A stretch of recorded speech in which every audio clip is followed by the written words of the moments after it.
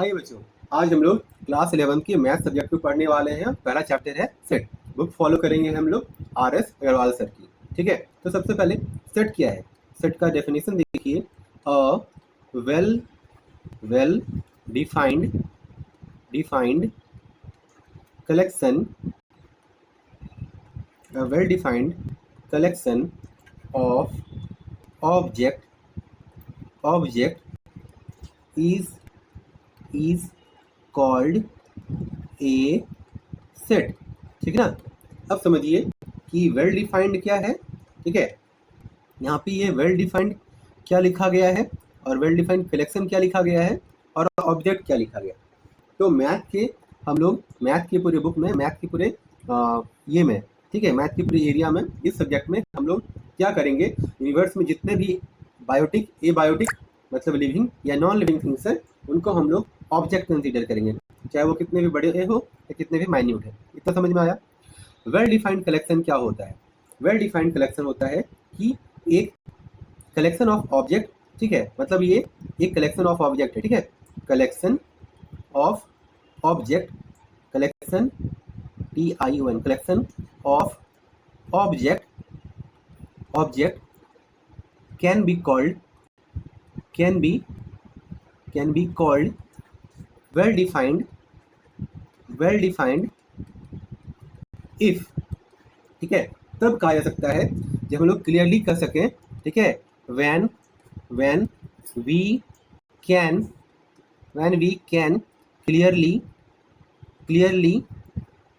say that a particular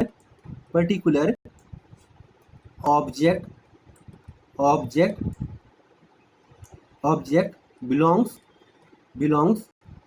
to a group। ठीक है, इसका मतलब समझिए, एक collection of object can be called well defined. एक कलेक्शन ऑफ ऑब्जेक्ट को हम लोग साफ कह सकें कि वेल डिफाइंड है। ठीक है, if we can clearly see that particular object. ठीक है, अब ये पर्टिकुलर ऑब्जेक्ट क्या है, ये हो सकता है एलिमेंट।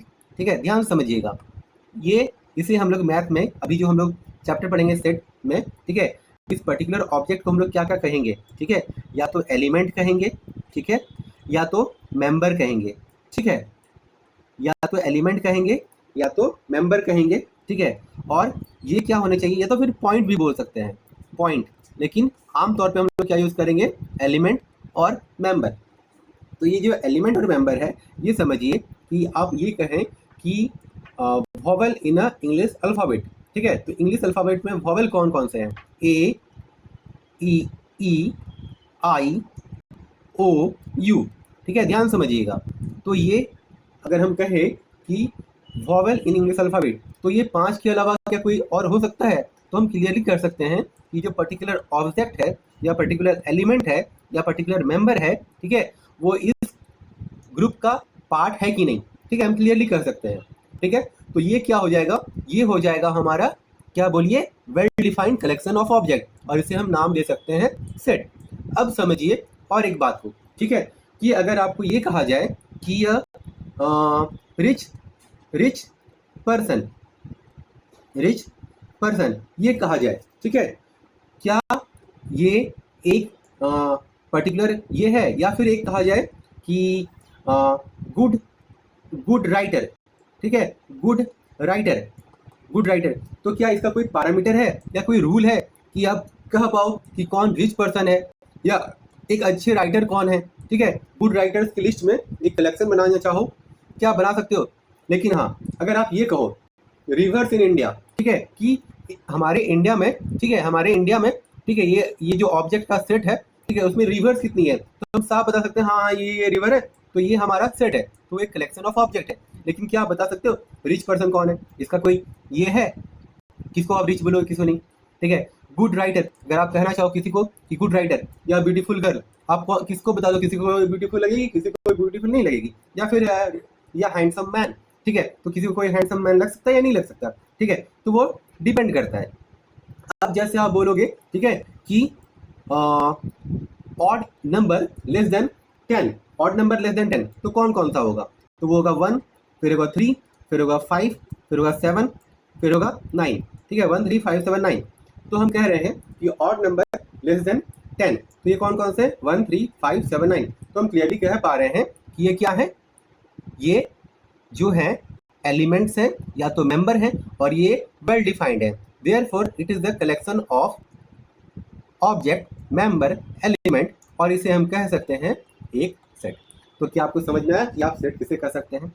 ठीक है, एक ऑथर है, एक अच्छे ऑथर आप कहना चाहो कि ये गुड ऑथर्स या गुड राइटर, ठीक है, उनकी कोई क्राइटेरिया नहीं है, ठीक है, कि आप नहीं कह सकते हो। और रिच पर्सन आप नहीं कह सकते हो कि कौन रिच पर्सन है, ठीक है।